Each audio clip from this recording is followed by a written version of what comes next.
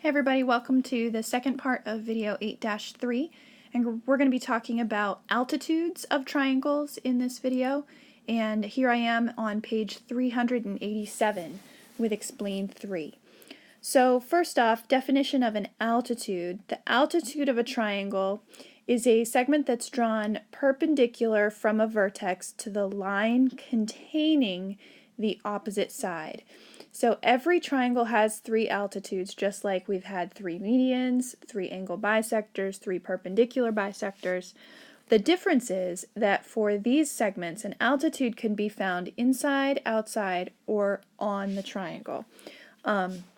So for instance, in this diagram that you see here of triangle ABC, the altitude that comes from vertex C to the opposite side AB is the segment CY right here.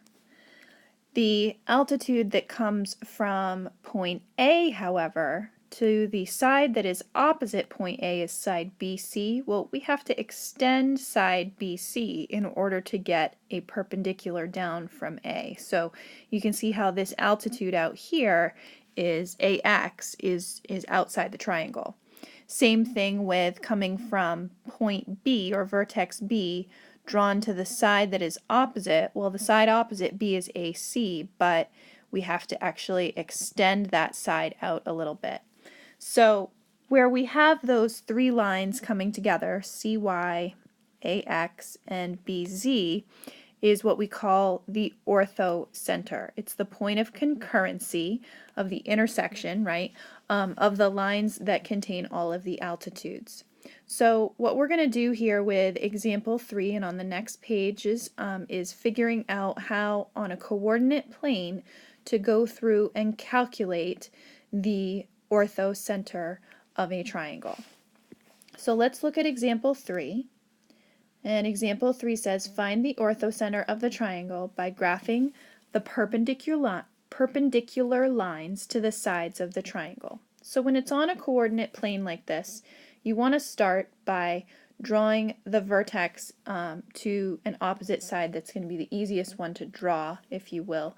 And that's going to be if you have a side right along a horizontal or a vertical segment. In this case, our side OQ is horizontal. So the altitude that is vertical, that's drawn perpendicular to it, is this point right here coming down, or this segment coming down from point P. So draw the triangle, choose one vertex, and then find and graph the equation of the line containing the altitude from that vertex. We're choosing P. The side opposite P is OQ, and since it's horizontal, the altitude is perpendicular or vertical, and then the altitude has the equation x equals 2. Then we're going to do that with one more side to find a second altitude, because really, remember, we only need two sides to come together to form the orthocenter. So step 2, we're going to repeat that with a second vertex, and in step 2 they're choosing point O, the origin. The altitude that contains O, as we're told, is perpendicular to PQ, right? Because it would be coming across and making a right angle here. So what we need to know is what is the slope of PQ so that we can figure out what the equation of this altitude segment is.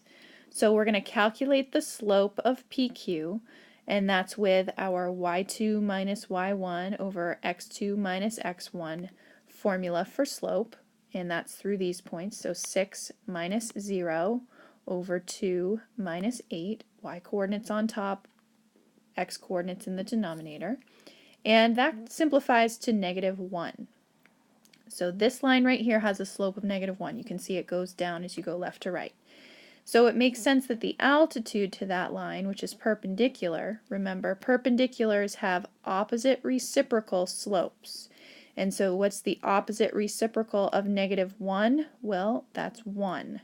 The altitude then is this segment right here that has a slope of +1, and notice since it comes from point O, which is the origin, we know it goes right through the origin, so it's 1x, if you will, plus 0, or just y equals x. So if we take this line right here that's one altitude and this line right here, that's the other altitude. We want to find the intersection of those two lines. Well, that would be at the point 2, 2. And so that is our orthocenter. Here on page 388, we have another example, and we're walked through the steps the same as they are before. So it says, first off, find the altitude that contains vertex A. Now notice, point A is going to be drawn perpendicular to a vertical segment, or really, we need to extend that vertical segment a little bit. And so the line that is perpendicular to that is going to be a horizontal segment. The equation of that line is y equals -1. And in step 2 now, we want to find a second altitude. And let's just extend this y equals -1 line a little bit. Find the second altitude. That's going to come from vertex C here, and we want to come across perpendicular to the side opposite it. Well, to find the perpendicular, we need to first know what is the slope of this side to begin with.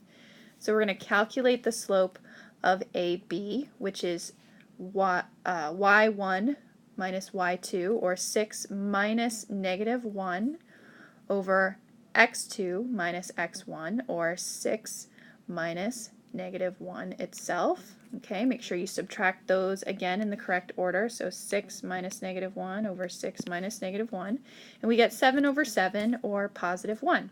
That's the slope of segment AB. So the altitude to AB, remember, is the opposite reciprocal of +1, which is -1.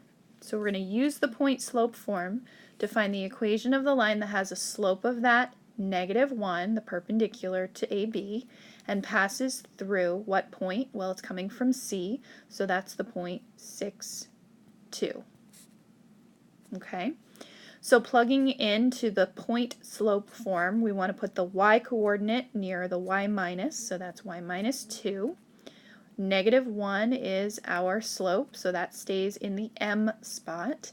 And then x minus, the x-coordinate we need for this point is 6.